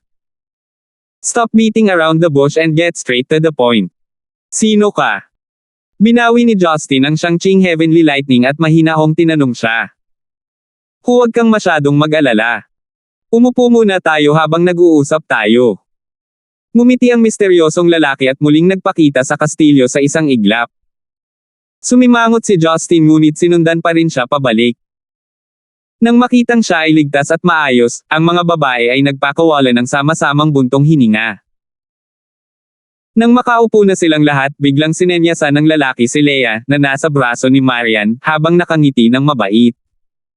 Mga bata, Leia ang pangalan mo, ha? Halika. May regalo ako sa iyo. Napakurap-kurap ang matambok na dalaga. Sa kabila ng katotohanang wala siyang ideya kung sino ang nakatatandang lalaki, natutunan niya sa kanyang ama na huwag tumanggi sa mga regalo. Bilang resulta, tumalon si Leia mula sa pagkakahawak ni Marian. Hindi siya pinigilan ni Marian. Para bang wala siyang pakialam. Tito, anong regalo? Masarap ba? Umaasang tanong ni Leia habang nakatayo sa harapan ng lalaki. Sa ilalim ng hindi makapaniwalang mga tingin ng lahat, inilabas niya ang isang pulang pulseres mula sa kanyang singsing sa kalawakan. Tulad ng nagninangas na apoy, ang pulseres ay malinaw, mas maliwanag kaysa sa isang heliotrope, ngunit mas banayad kaysa sa isang ruby. Napakaganda, pinalabo ni Lucille ang isang komento na nasa isip ng lahat ng kababaihan. Agad na tiningnan ng mga magsasaka kung ang pulseres ay isang artifact. Gayunpaman, hindi nagtagal ay nakilala nila na ito ay kapareho ng Feng Xiang bracelet. Kahit na ito ay tila isang artifact, hindi nila matukoy ang antas o espiritual na enerhiya nito.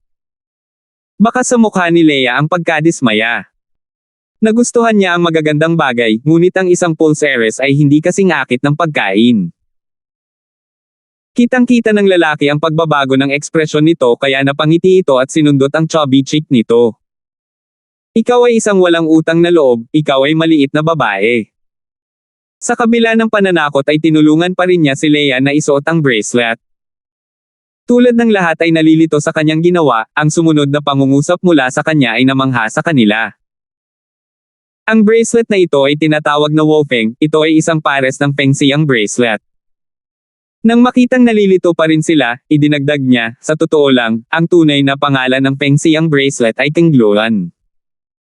Pero nang ibigay ko ito sa aking asawa, pinalitan niya ito ng Feng Xiang upang ang aming mga inapo ay mamuhay ng maayos. Iyon ay maraming impormasyon na dapat tanggapin. Ang mga salita ng lalaki. Bakit? Sandali. Sabi mo binigay mo ang Feng Xiang bracelet sa asawa mo. Sino ang asawa mo? Kahit na ang isang makamundong tao tulad ni Justin ay nahirapang paniwalaan. Humalaklak ang lalaki. Silly boy, hindi mo pa rin gets. Kung gayon mas magiging malinaw ako. Ang asawa ko ang ninuno mo. Ang apelyido ko ay Gibson, at ako si Jovan. Ako ang ninuno mo mula sa mahigit 4,000 taon na ang nakakaraan. Pagkatapos niyang sabihin ang mga salitang iyon, ang bulwagan ay napakatahimik na may naririnig na isang pin drop. Gulong-gulo ang isip ng lahat sa hindi inaasahang balita. Pagkaraan ng mahabang minuto, napalunok si Justin at ngumiti ng alanganin.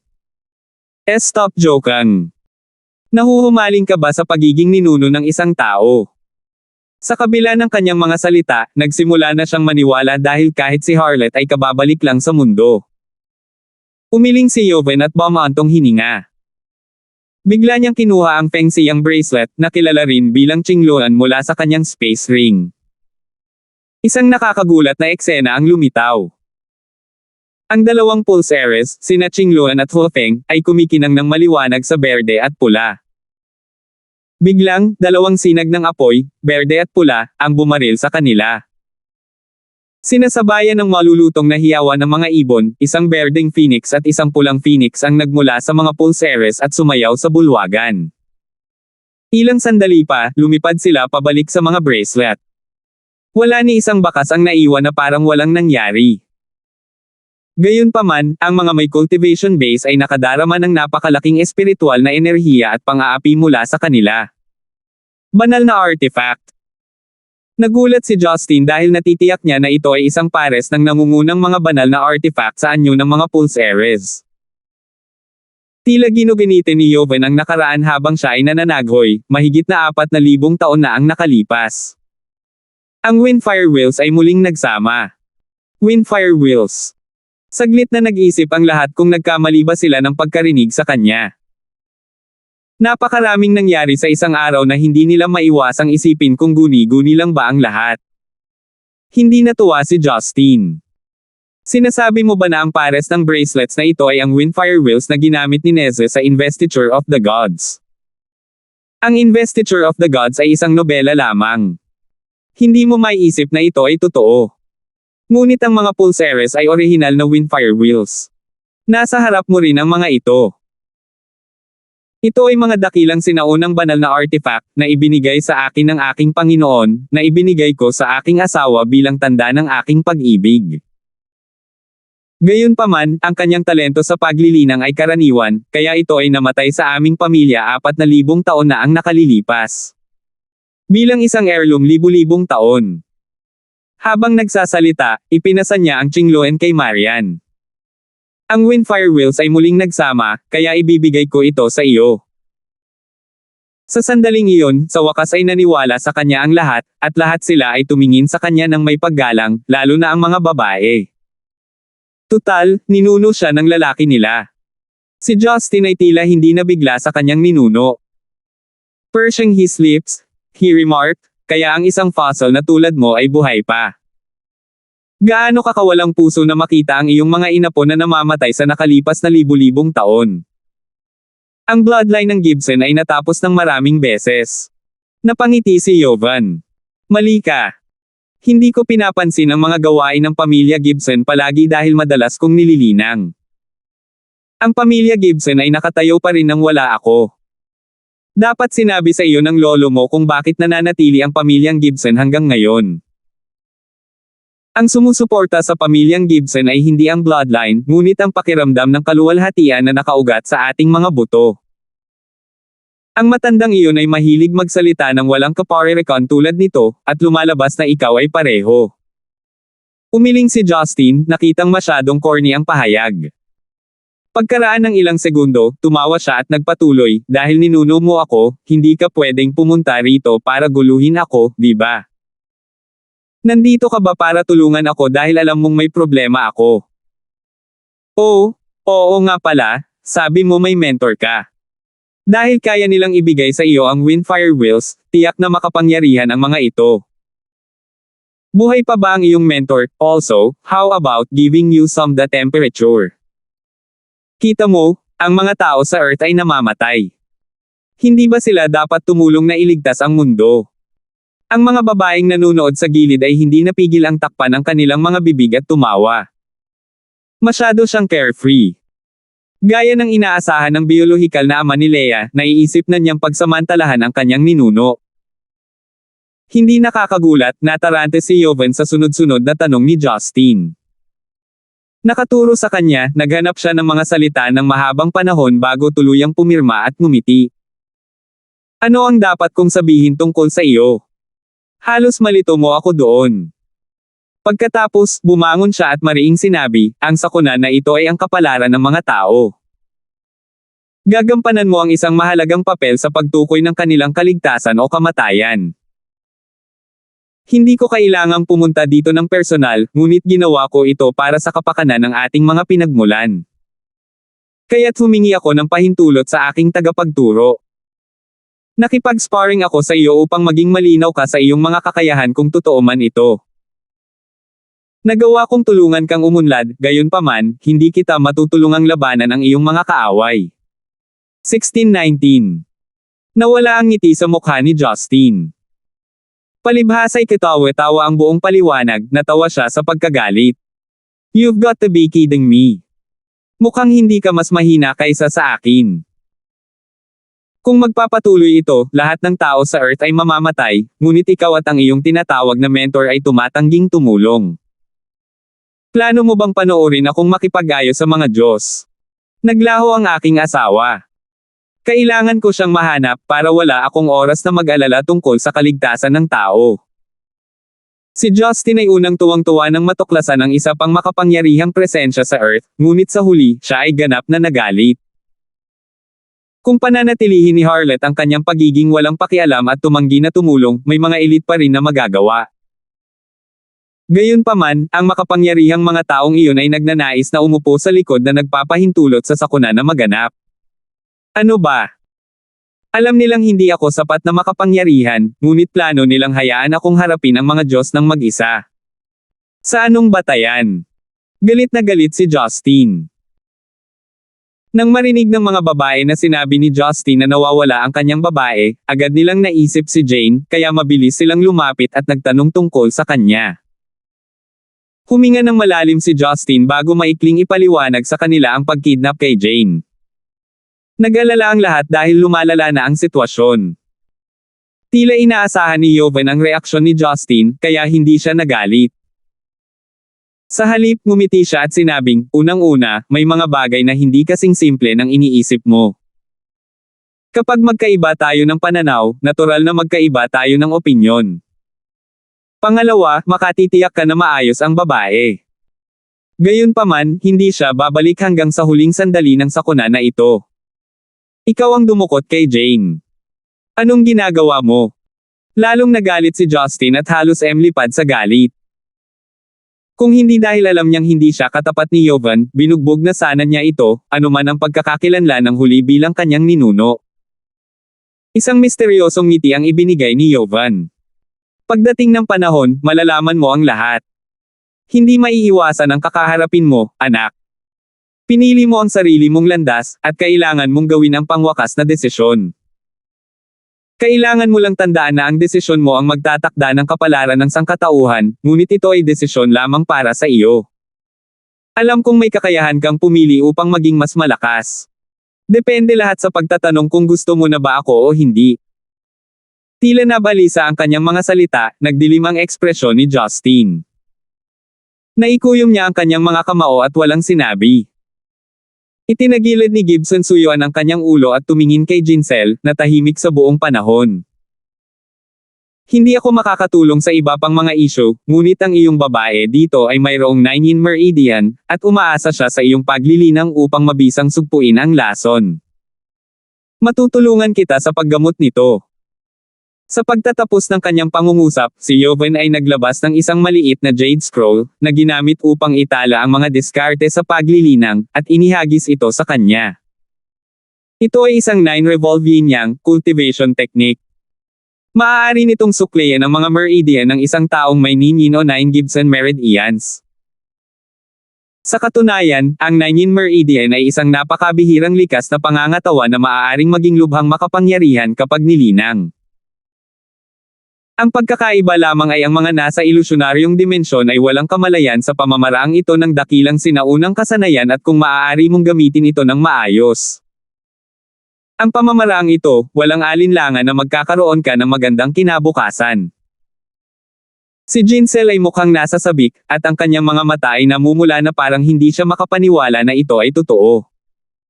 Si Yoven ay tila walang masabi. Lumingon siya, yumoko, at masuyong hinaplos ang maikling buhok ni Leia. Hindi siya pinigilan ni Justin nang umalis ang huli sa kastilyo. Samantalang ang mga babae ay matamang nakatingin sa kanya. Naisip nila na tila mas mahina siya sa sandaling ito at nais nilang ipahayag ang kanilang pag-aalala para sa kanya ngunit hindi alam kung ano ang sasabihin. Hobby, anong balak mong gawin? Hahanapin mo ba ang mga Diyos sa North Pole? Lumapit si Marian at tinanong siya ng malinaw na tingin.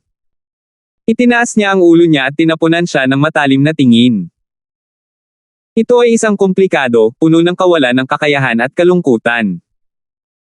Sa huli, pinilit niyang ngumiti at sinabing, kailangan ko munang pag-isipan ito. Hayaan akong tingnan ang cultivation technique na iyon para kay Jinsel kung sakaling magsinungaling ang matandang umutot na iyon. Habang nagsasalita siya, pinuntahan niya si Jinsel, kinuha ang Jade Scroll, at sinuri ang cultivation technique na nakatala dito gamit ang kanyang kabanalan. Ilang sandali pa, napakunot ang noo niya sa pagmumuni-muni. Sa ilalim ng pag-asa niyang titig, binigyan siya nito ng sang-ayon na tango. Ang matandang iyon ay may nagawang mabuti kahit papaano. Ang pamamaraan ng pagtatanim na ito ay lubos na kaakit-akit at malalim. Ang ating Jinsel ay maaaring mag-cultivate ng normal mula ngayon. Isang tunay na ngiti ang lumitaw sa kanyang mukha. Kung malilinang ni Jinsel, ang problemang bumabagabag sa kanya ay sa wakas ay malulutas. Sa isang paraan, maaaring ito ang tanging pakiramdam ng init sa malupit na taglamig. Sa 1,000 kaibang talampakan sa itaas ng Indian Ocean, dumaan doon si Yoven patungo sa silangan pagkatapos umalis sa kinaroroonan ni Justin. Sa sandaling iyon, sumimangot siya at huminto sa himpapawid. Unti-unting sumili ang isang mapait na ngiti sa kanyang mukha, at inabot niya ang hangin sa kanyang harapan. Thud! Umalangaw-ngaw ang tunog. Para bang ang hangin na iyon ay isang pader na humaharang sa kanyang daraanan. Nasa lugar na siya nang hindi niya alam. Kung hindi niya nalaman sa oras, noontog na sana siya sa pader at lumipad pabalik. Siyempre, walang intensyon ng kabilang partido na saktan siya. Kung hindi, ginusto sana nila siya sa halip na ikulong siya sa espasyo. Sa kanyang kasalukuyang kaharian at cultivation base, kakaunti lang ang mga tao na maaaring makahuli sa kanya sa isang space cell, kaya mabilis niyang nalaman kung sino iyon. Sir, bakit kailangan mo pa akong troublemaker? Isa kang elite ng kaparehong henerasyon ng aking Panginoon. Hindi ba sa ilalim ng dignidad mo ang bitag ang isang junior na tulad ko? Sabi niya at magalang na yumoko habang nakahalukip-kip ang mga kamay sa harap. Kahit na hindi niya moari kung nasaan ang kabilang partido, hindi siya nang ahas na palampasin ang kagandahang loob.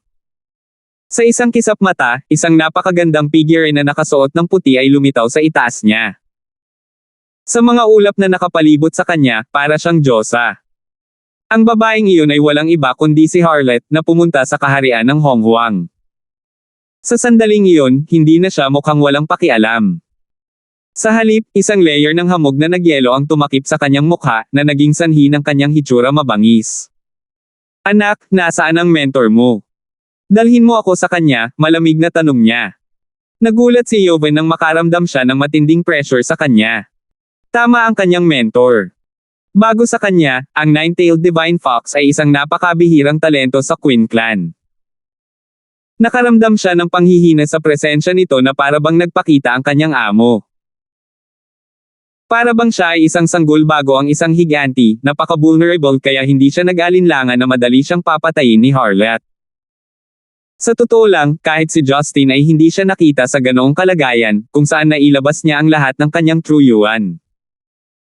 Ma'am, hinulaan na ng mentor ko na magkikita kami ng senior ko. Matagal na niya akong inutusan na dalhin ka, kaya hindi mo na ako kailangang pilitin na magpasakop. Nahihirapan si Joven na panatilihin ang kanyang ngiti. Kumunat ang noo ni Harlet.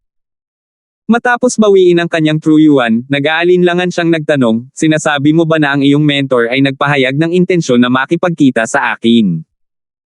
Nakahinga siya ng maluwag at tumango habang nakangiti. Oo. Sinabi niya na nagpapasalamat siya sa iyo sa pagiging maunawain at hindi nakikialam sa kasalukuyang sitwasyon. Binanggit din niya na ikaw lang ang nakakakilala sa kanya ng higit sa nakalipas na 50,000 taon o higit pa. Namula ang pisngi niya, pero nagbuntong hininga siya, Sa tingin niya ba napakatalino niya? Mahilig lang akong manood ng mga palabas, kaya walang kinalaman sa kanya. Kahit na ang pamumula ay tumagal lamang ng 1 segundo, naging sanhi pa rin ito ng tibok ng puso ni Jovan. Napakagandang kagandahan. Napakabihirang para sa isang tulad niya na nabuhay ng mahigit 4,000 taon na mabigani sa hitsura ng nine-tailed divine fox. Tanging ang kanyang tagapayo lamang ang makatiis na hindi makatagpo ng isang Diyos ang tulad niya sa loob ng higit sa 50,000 taon. Tila mas maganda ang mood, sinabi ni Harlet, kung ganoon, manguna ka. Gusto kong makita kung saan nagtatago ang matandang iyon. Hinanap ko sa buong mundo, ngunit hindi ko siya mahanap.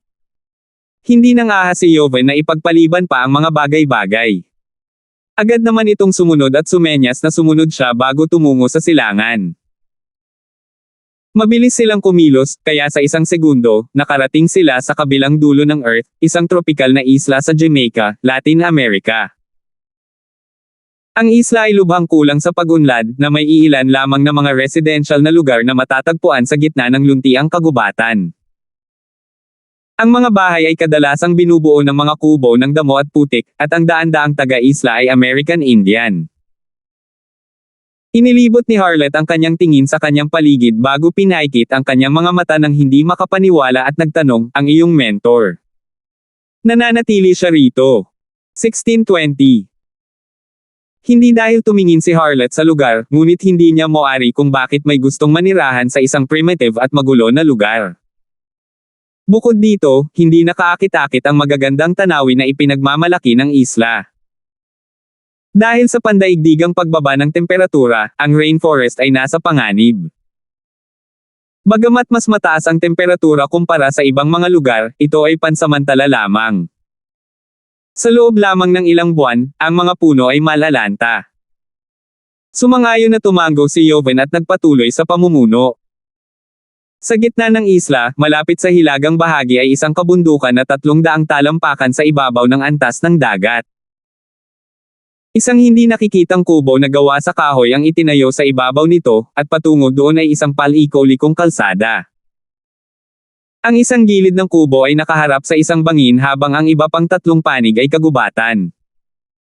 Kung hindi papansinin, hindi malalaman na may mga naninirahan. Sa sandaling iyon, isang babaeng nakasuot ng kulay abo na basahan at nakatali ang buhok gamit ang isang kahoy na hairpin ay naglalatag ng mga tuyong damo. Siya ay tila nasa 30s o 40 at may magandang figure at hitsura.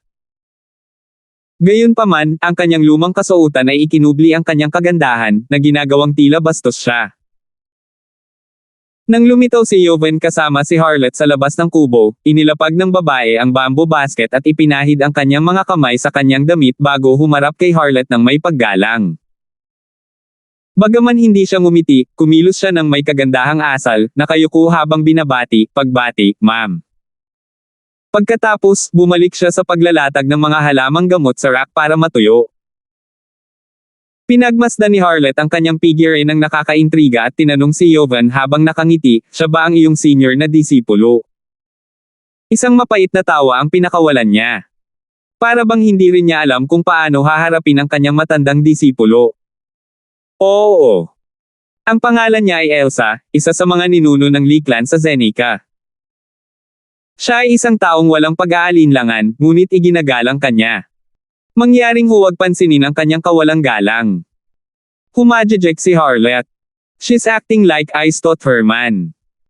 Kung na-offend ako, hindi na sana siya buhay ngayon. Kahit ang mentor mo ay baka hindi maprotektahan ang taong balak kong patayin. Sa kabila ng nagniningning ng ngiti sa kanyang mukha at ng kanyang mapanuksong tono, hindi maiwasan ang kanyang tingin na maglibot sa pinto. Kitang-kita sa kanyang mga mata ang labis na emosyon sa kanyang puso. Sa sandaling iyon, isang medyo may edad na lalaki ang lumabas ng kubo. Siya ay tila napaka-normal, mga 40 hanggang 50 taong gulang. Maikli ang kanyang buhok na may puting sideburns. Isang malabong ngiti ang nakaplaster sa kanyang gwapong katangian, habang ang kanyang mga mata ay mainit. Ang kanyang grupo ay napaka-ordinaryo at kahit malabo na ang mga pulubi ay hindi interesado sa kanya. Binubuo ito ng puting sando, itim na pantalon, itim na medyas, at lumang brown na leather na tsinelas. Lumuwag na ang tahi sa sapatos niya. Gayunpaman, kung ang isang dalubhasa ay naririto, malalaman nila na ang bawat bahagi niya ay kakaiba dahil siya ay masyadong ordinaryo ang hitsura. Para bang ang imaheng ipinakita niya sa iba ay dulo ng malaking bato ng yelo. Ang kanyang aktwal na sarili ay inilibing sa ilalim ng karagatan, hindi maarak. Ang lalaki ay parang dumaraan sa kalye, habang ang babae ay parang diyosa mula sa langit. Sa kabila nito, naglalabas sila ng nakakasilaw na liwanag sa mga mata ni Jovan. Elsa, kamusta? Matagal silang nagkatitigan hanggang sa binasag ng lalaki ang katahimikan sa pamamagitan ng pagbati. Ang kanyang boses ay kahawig ng isang matandang lalaki, isang malaking kaibahan sa kanyang hitsura. Simpleng bati iyon, ngunit naging sanhi ito ng panginginig niya, at pamumula ng kanyang mga mata. Bigla na lang, isang nakakatakot na pag-akyat ng True Yuan ang pinakawalan mula sa kanya. Pakiramdam ko ay sisubog ang daan-daang nuclear shell sa lugar, na naging sanhi ng paglaki ng mga mata ni na Jovan at Elsa, na abala sa paghawak ng mga halamang gamot, sa pagkagulat. Ang kapangyarihan ni Harlot ay hindi nila kayang tiisin. Nahihirapang huminga ang dalawa dahil sa pang-aapi at hindi makagalaw. Ito ay isang pang-aapi sa isang batas na hindi nila maisip, nakahalintulad sa isang patpat na tumutulak sa buong mundo. Kung hindi niya ito bawiin, 12-dosenang mga bansa sa Latin America ang masisira sa lupa. Sa sandaling iyon, ngumiti ang lalaki ng malungkot. Ito ay hindi alam kung paano siya lumipat, ngunit siya ay nagpakita sa kanyang harapan sa isang segundo. Pagkatapos, iniunat niya ang isang braso para ay patong sa balikat niya. Sa sandaling iyon, ang nakatatakot na kapangyarihan na nagbabantang sa Myre sa mundo ay hinawakan ng isang di nakikita, dambuhalang kamay. Biglang nangyari ang lahat kaya hindi makapag-react sina Jovan at Elsa. Gayunpaman, pinagpawisan sila ng malamig. Ang kanilang mga mukha ay naging kasing putla ng isang kumot. Sa wakas ay naranasan nila ang antas na kinaroroonan ng lalaki at ni Harlot. Ito ay talagang nakakatakot. Harlot, bakit mo ginagawa ito? Kung gusto mo akong makita, hindi ka dapat kumilos ng ganito, sabi ng lalaki habang nakangiti. Ngumuso si Harlot at inalis ang kanyang kamay. Bakit hindi ako makakilos ng ganito? Baltimore. Tinalikuran mo ako 50,000 taon na ang nakalilipas at pinili mo ang iyong tungkulin. Ayos lang iyon. Pero nagsinungaling ka rin sa akin tungkol sa iyong pangalan at background. Kaya bakit hindi ko magawa ito? Sasabihin mo ba sa akin na bahagi ang lahat ng ito ng iyong plano? O nakita ko ang mga bagay na iyon ang nagkataon? Dapat kang tumawag sa iyo ng Meng Xiao si Meng. O no, iyo'y ninuno, ang hatek na dapat ay namatay na noon pa. Ang kanyang mga mata ay namumula habang iniluwa ang mga salitang iyon sa pamamagitan ng pagngangalit ng mga ngipin. Wala na siyang karaniwang ngiti sa mukha. Hindi nagalit si Baltimore. I can feel it, sabi niya, nakangiti pa rin ng mahina. Nalampasan mo ang threshold sa isang paa. Dapat ay nakita mo ang mga text na iniwan ko sa bubong ng Sky Tower. Sa pangkalahatan, dapat mong maunawaan ang aking layunin. Gusto mo ba talagang minumulto ng karanasang iyon ngayon? Tama. Tinawid ko ang pinto gamit ang isang paa, ngunit huwag kalimutan ang aking kabilang binti. Ngumisi si Harlot. Bahagyang kumunat ang noo ni Baltimore ngunit hindi nagtagal ay nakahinga siya ng maluwag. Akala ko magbabago kapag katapos ng 50,000 taon, ngunit pareho ka pa rin. Kung hindi ako nagkakamali, maaari kang tumawid ng diretso sa pinto, ngunit tumanggi kang gawin ito. Kahit na gusto kong i-cross ito, hindi ko pipiliin ang parehong paraan tulad ng sa iyo. Huminga siya ng malalim para pakalmayan ang sarili. Pagkatapos, sumili ang isang matingkad na ngiti sa kanyang mukha. Sige. Ayokong pag-usapan ang mga bagay na ikagagalit ko. It's not worth it for a old man like you. Mukhang na-anticipate na niya ang reaksyong iyon, nakaturo sa kanya at nakangiti. Ikaw. Ano? Sa tingin mo ba ako ay kakaiba?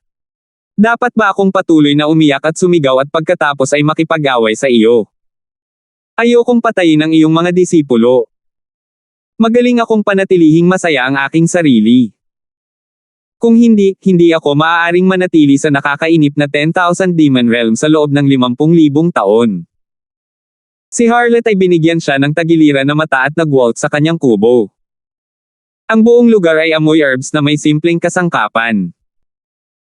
Habang ang mga dingding ay pinalamutian ng maraming totem mula sa mga lokal na tribo, ang mga istant ay nakasalansan ng mga garapon ng mga halamang gamot. Pumasok si Baltimore at iniwan ang kanyang 2 disipulo sa labas. Nang makita niyang tinitingnan niya ang lugar na may labis na interes, sinabi niya, pumunta ako dito mga 20 taon na ang nakakaraan. Naglalakad-lakad lang ako dahil naiinip ako at nabangga ko ang isang bata na nakagat ng makamandag na ahas. Nagkataon, ang ina ay naghahanap ng tulong. Well, dahil naiinip ako, iniligtas ko ang bata gamit ang ilang mga halamang gamot. Pagkatapos, ang American Indians ay nagbigay sa akin ng maraming pagkain dito. Harmonious, at maganda ang tanawin, naisip kong manatili sa ibang lugar, kaya itinayo ko ang kubo na ito at naging doktor dito, gamit ang mga halamang gamot sa mga taga roon. Lumingon si Harlot at ngumiti habang sinasabi, hindi ka takataka na hindi kita mahanap pagkatapos maghanap sa buong mundo ng ilang beses. Dahil mas mataas ng kaunti ang iyong kaharian kaysa sa akin, makatuwiran na hindi kita mahahanap kung may balak kang magtago. Gayunpaman, batay sa aking pangunawa sa iyo, napuntahan ko ang lahat ng lugar na napuntahan mo ngunit wala pa ring nakitang tao. Kaya ito ay dahil nagkaroon ka ng pagbabago ng panlasa at salamat po at sinamahan ninyo ako, ingat lagi mga master.